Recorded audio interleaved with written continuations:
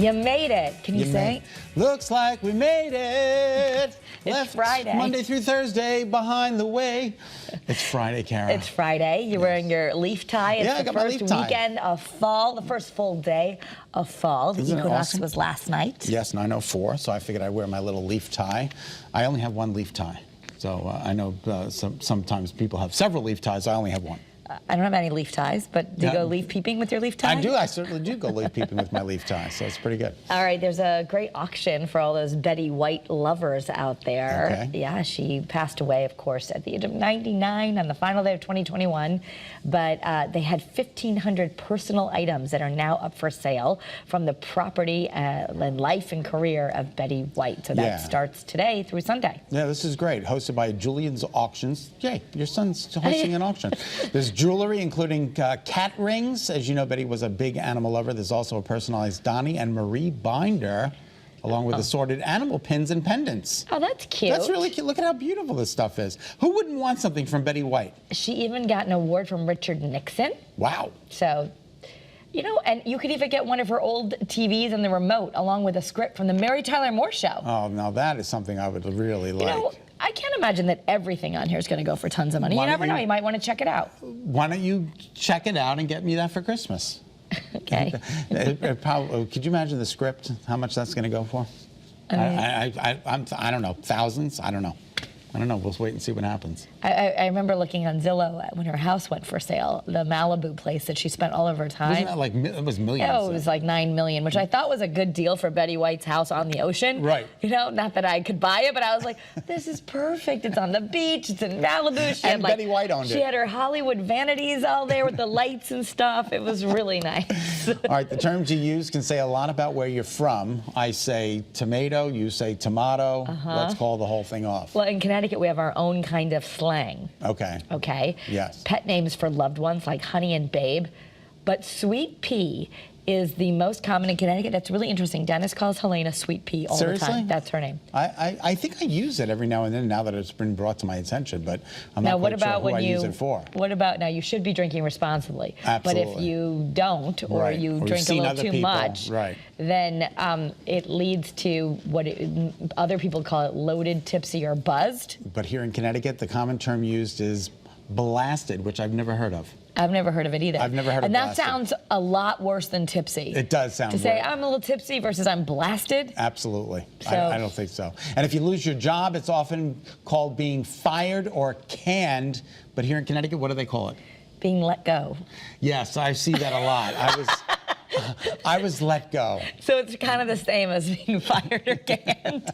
It's pretty much the same thing. Okay. All right. So... anyways, travel is getting back to pre-pandemic levels. A lot of Americans are just not satisfied with their airlines.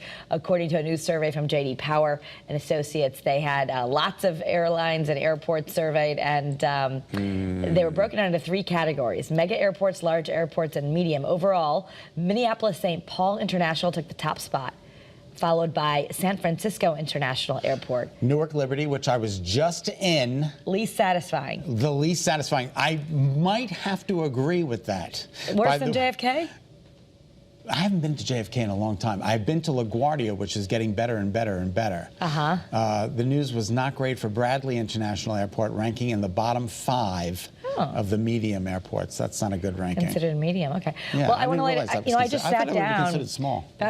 Tune in next week, because I just sat down with the CEO of Avelo Airlines. Oh, you did? And I did a one-on-one interview with him about all that he's doing at Tweed, New Haven. With Avelo has now lots of destinations, and they're very philanthropic. They just gave tickets to the Denise DeCenzo Foundation. They're giving it to the Capitol Catwalk, which, by the way, is Monday. Put it on your save the date. We are going to have our virtual Capitol Catwalk right here on Channel 3 and on our Facebook page at 7:30 p.m. on Monday. We'll make sure to remind you on Monday, too. Sounds good. Yeah. All right, football season is underway, and this year's fans are paying top dollar to party in the parking lot. Of course, costs for tailgating essentials have gone up, and so is getting to the game itself. Yeah, well, you just went, and you said you had to pay a decent amount of money for tickets and add-ons and all absolutely. this. So it was incredible. The costs are going up from everything that it takes to just make a nice tailgate to just what they're offering, you know, from the propane and the grill to the special tickets, because a lot of people want to be in the special stadiums. Yeah, they're saying that if you want to try and save money, bring Eat more. at home? Eat at home. They say the most expensive thing at the game is still probably the tickets themselves, so you're going to have to pay for that. But you can get vegetables, which are only up by like 7%, and a couple of other things, like certain kinds of beef are only up like 3%. Okay. But who knows? Pork ribs are cheap. Pork ribs. I didn't realize that people actually brought propane gas powered. Yeah, they do. Oh, yeah, they bring their own barbecues. grills. They do a whole setup. They do everything. It's incredible. I've Yeah. never seen anything like it. I was like, what is happening? It was great. How about this? An Airbnb for your dog, or maybe you have a yard and you want to make it a sniff spot. Okay. Yeah, it's like the Airbnb for dog parks. Okay. So you go on Sniff Spot, Yeah. and you can find yards that you're allowed to bring your dog to, and they get to run around. Some of them have very luxurious grass and toys, and Look at that even good a little doggy. like dog condo to get away. So you just rent a yard. It's great for apartment Oh, dwellers. so this is how it works. You rent somebody else's backyard, Yeah. and you let your dog run freely in their backyard. So what I want to know is, I guess, picks do you up the pay poop? extra if they pick up for you? Yeah, exactly. Or do you pick it up? Like, I would totally rent my yard, and I would love to see people's dogs. Yeah, but your yard isn't enclosed, is it?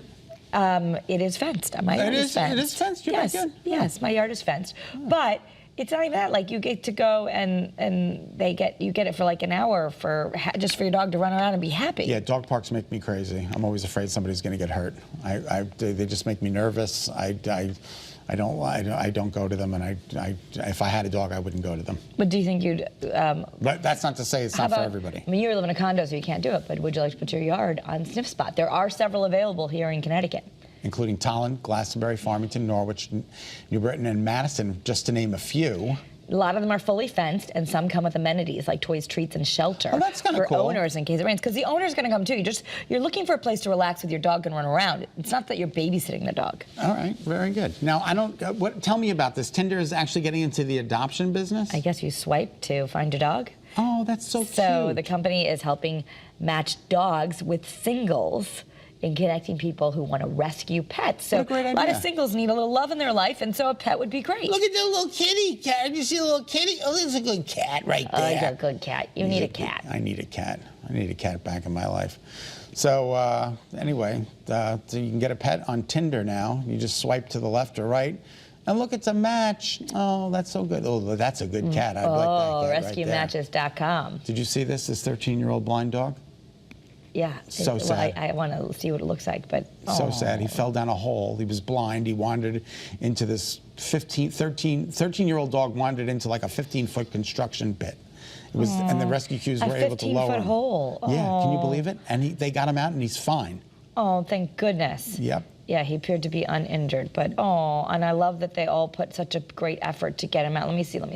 Oh. Look at him. Oh. Oh, he's so cute. He's so cute. He's so happy. Oh, there he is with all the people that Look, he's rescued him. happy. Yeah, he's happy. Okay, good. All right.